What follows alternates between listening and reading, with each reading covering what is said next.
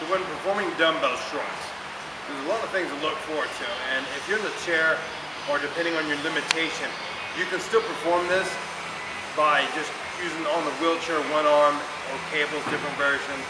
I'll do a little bit of highlights at the end. But if you do have the mobility and also the balance, this is how I prefer to do it. Just sit down on the bench. You don't have to really focus on having back support. Any flat surface will work. You want to have it about, parallel to the ground. Your legs are parallel. As you can see, my legs are parallel to the ground. They're even. And I always wear wrist wraps when I do this, because when you just grab the bar, you put a little strain on the hand. And you'll always hear people say, well, I prefer to do it without because I'm strengthening my grip or building my form. Well, here's a little tip for you. When you're doing shrugs, it should be all about your traps. Nothing to do about your forearm grip or your grip or your forearms, none of that. Just focus on your neck.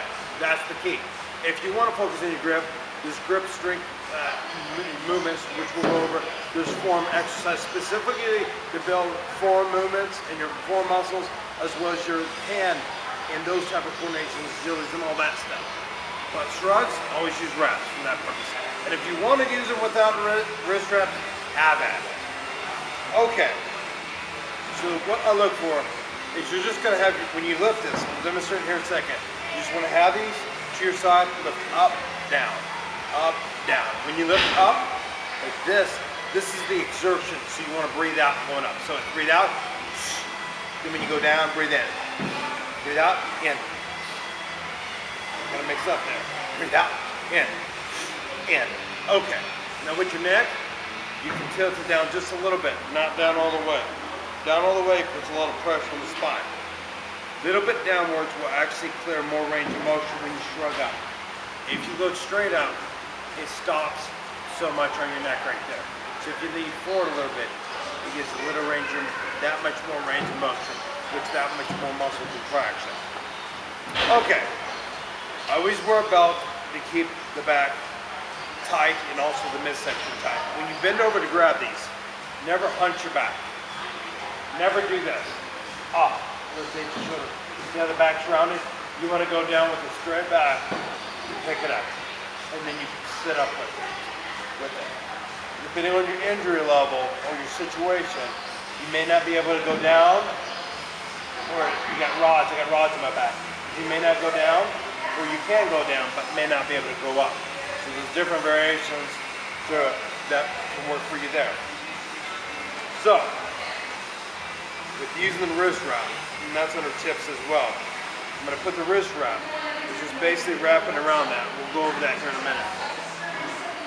But I'm just going to get these, and I'm preparing the back to be straight. I'll put on the wrist wraps around it.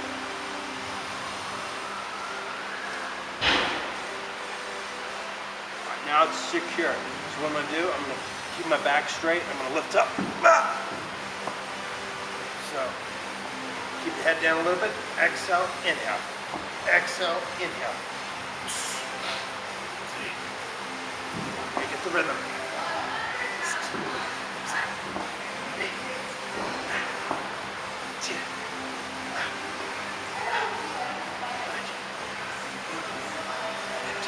sit down. Keep the back straight as you slow them down.